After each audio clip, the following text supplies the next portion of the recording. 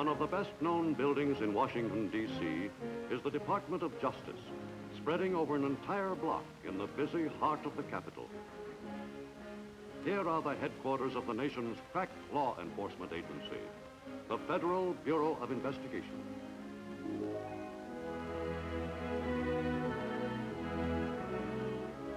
Today, as every day, the morning mail brings thousands of reports from the FBI's 52 field offices located in cities throughout the United States and its possessions.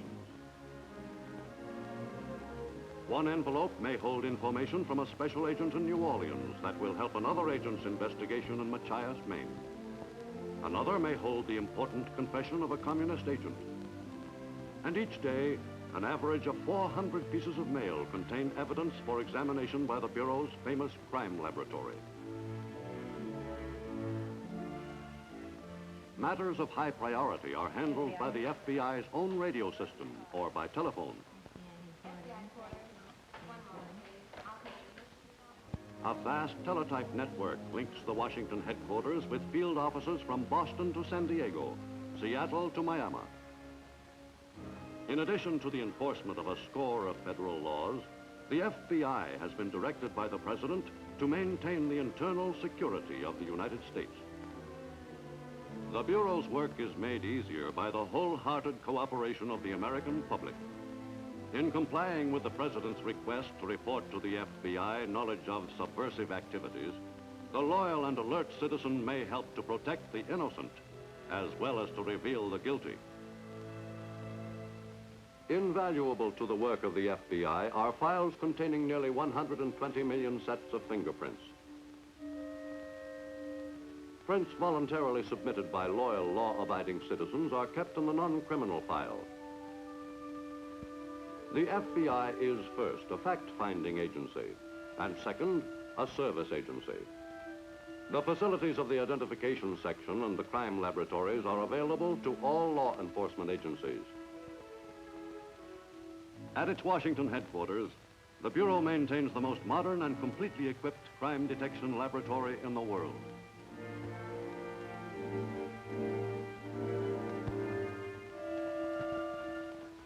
Here, no piece of evidence is too small for analysis. Nothing so seemingly commonplace that it is not put through the most exacting scientific examination. The discovery of one small new detail will often crack a baffling case. Whether evidence in criminal cases comes from the Detective Bureau of a large city or from the sheriff of a remote county, it is examined promptly, carefully, and with but one purpose: the swift detection and arrest of the criminal. Documents of criminals and subversive agents may frequently be traced to their source by comparison with handwriting or laboratory specimens from nearly every known make of typewriter. If the results of these tests do not produce convincing evidence, the solution of the case may turn on a second fact: whether or not the suspect ever had in his possession paper of exactly the same weight and thickness as that of the questioned document.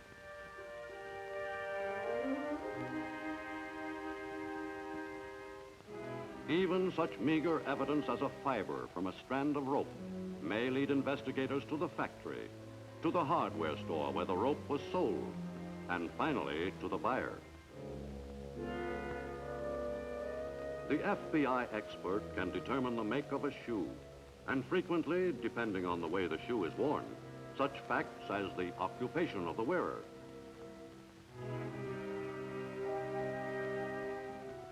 No method is more helpful in establishing innocence or guilt than chemical and spectrographic analysis. The presence of particles of dust on a suspect's clothes that are identical to dust found at the scene of a crime may support charges against him. Today, scientific methods adduce evidence to convict criminals who a few years ago would have gone free. But bringing criminals to justice depends, in the final analysis, upon the ability and integrity of the law enforcement officer himself. To qualify as a special agent of the FBI, the candidate must be a college graduate in law or accounting.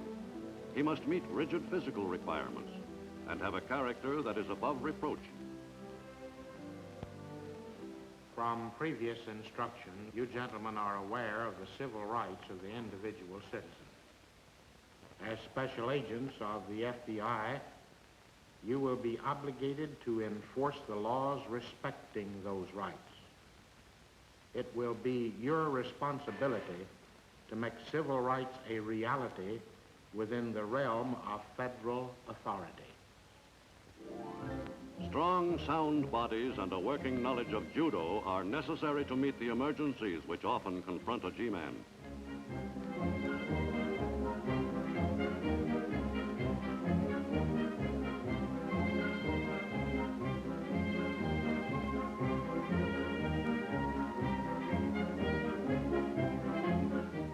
Every agent must be prepared and qualified to outshoot the most desperate criminal.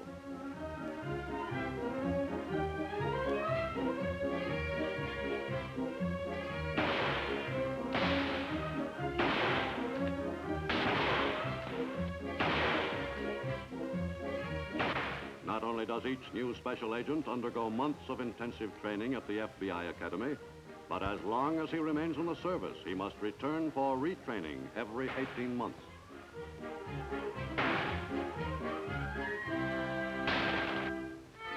Because the Federal Bureau of Investigation is called upon to solve almost every type of crime, the special agent must be as qualified to investigate a homicide as to track down kidnappers and enemy agents.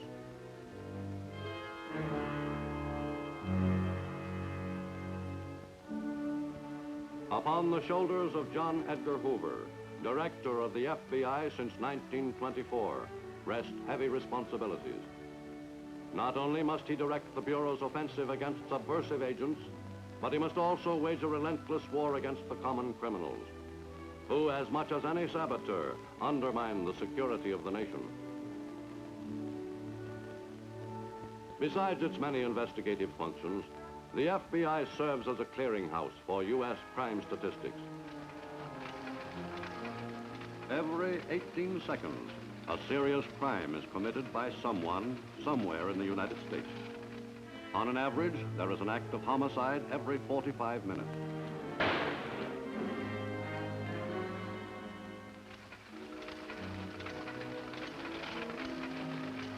Every minute and a half, there is a burglary.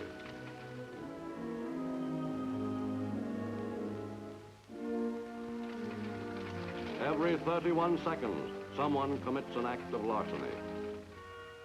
And reflecting the prevalence of lawlessness among the young, 2/3 of those arrested in their teens and early 20s are first offenders.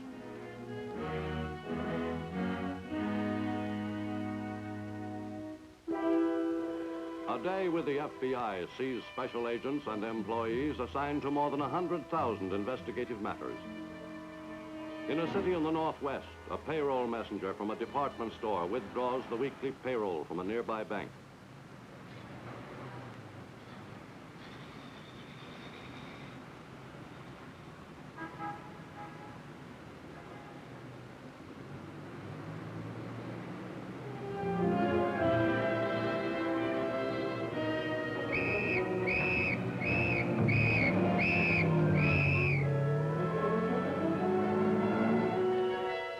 No eyewitness could positively identify the hold-up man, but police held several suspects answering the general description.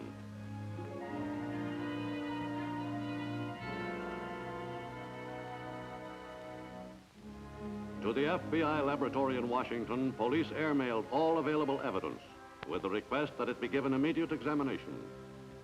In the struggle, the messenger had torn hairs and flesh from the scalp of his assailant. Strands of hair from each suspect were also mailed to Washington.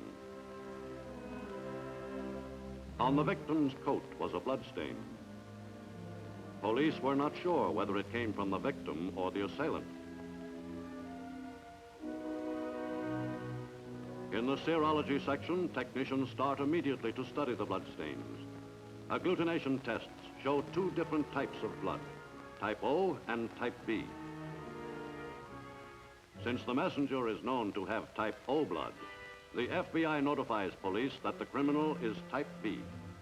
This information clears all but 2 suspects. In the hair and fibers section of the FBI laboratory, other tests are being made.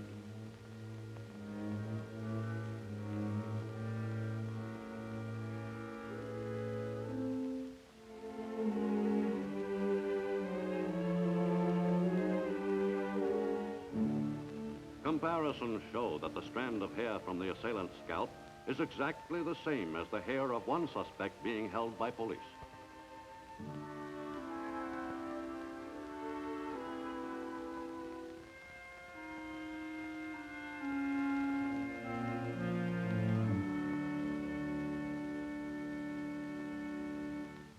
Confronted with the FBI laboratory reports, type B blood and identical hair, the criminal quickly confessed.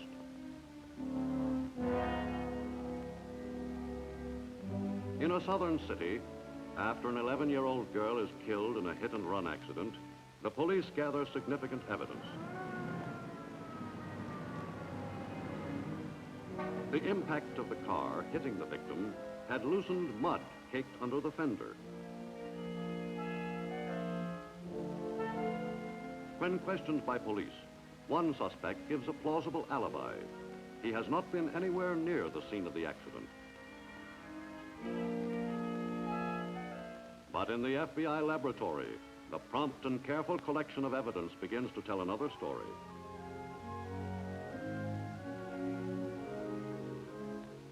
After repeated comparisons, police are notified that the soil picked up at the spot where the girl was hit has almost the same mineral content as samples taken from the suspect's car.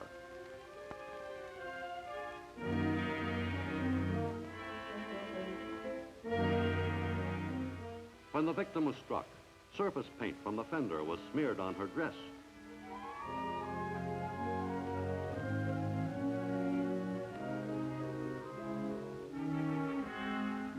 Comparison shows the paint to be identical to that used by the manufacturer of the suspect's sedan.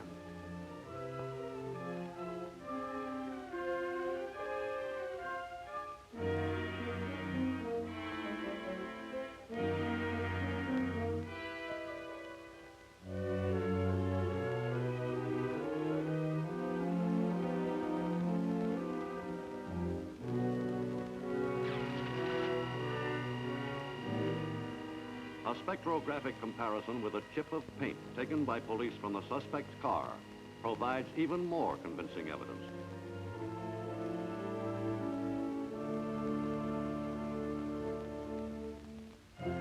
The suspect is arrested by the local police and charged with manslaughter. Confronted with the FBI laboratory reports, the defendant finally admits his guilt. A synthesis of many cases demonstrating the cooperation between local police and the FBI comes from the seacoast region of New Hampshire.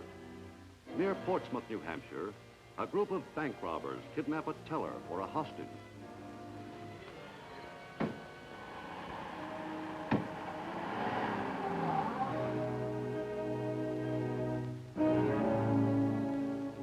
Squads of FBI agents comb the countryside for any stray bits of information that may help them in the case. A farmer who had seen some men around an abandoned shack gives the G-men their first lead. The entire area is carefully searched for evidence.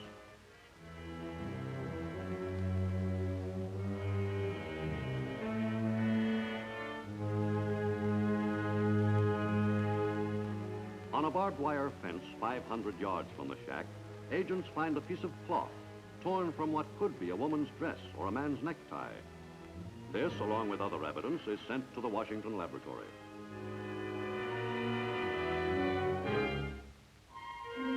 The imprint of the tire markings gives some information. The automobile that had been at the shack was a 1950 model of medium to heavy weight.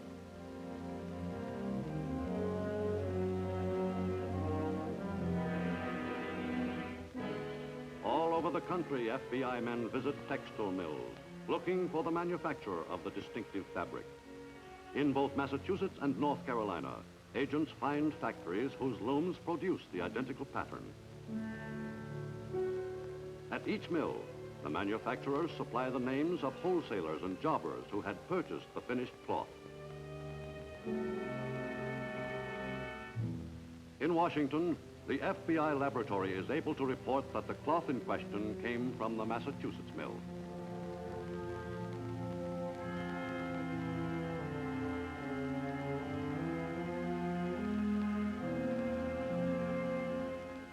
Because the largest purchaser of the pattern had been a Boston necktie manufacturer, FBI agents visit retail outlets throughout New England.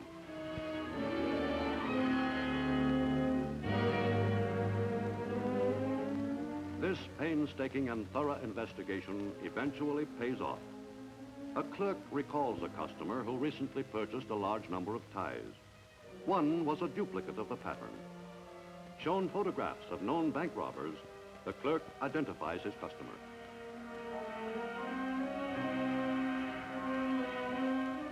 With this new and valuable information, the FBI locates a man answering the description of their suspect, living quietly in an apartment house in Portland, Maine. The treads on his auto tires match the tire prints found near the shack.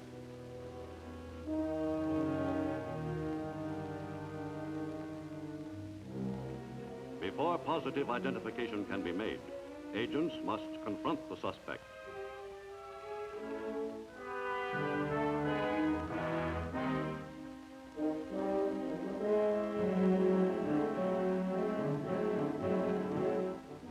So that he will have no opportunity to warn his confederates, the agents proceed cautiously. In the apprehension of a dangerous criminal, the FBI special agent may encounter situations beyond his training or experience. He must then rely upon his courage and resourcefulness.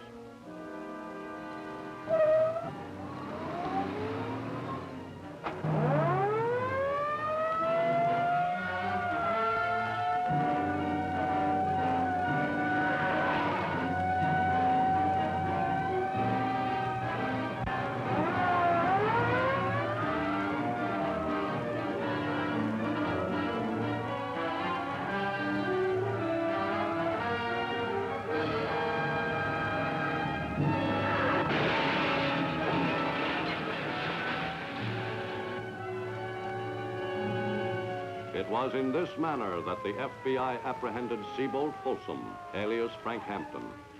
He and his confederates are now serving long terms in a federal penitentiary.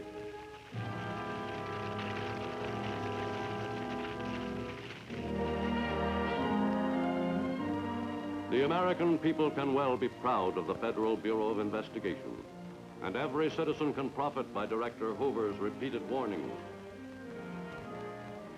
Says Director Hoover, we cherish our American institutions and our heritage of freedom. But today our way of life is under attack by two dangerous enemies: the criminal hordes who live by violence and lawlessness, and the subversive hordes who seek to destroy all that is free and all that is sacred.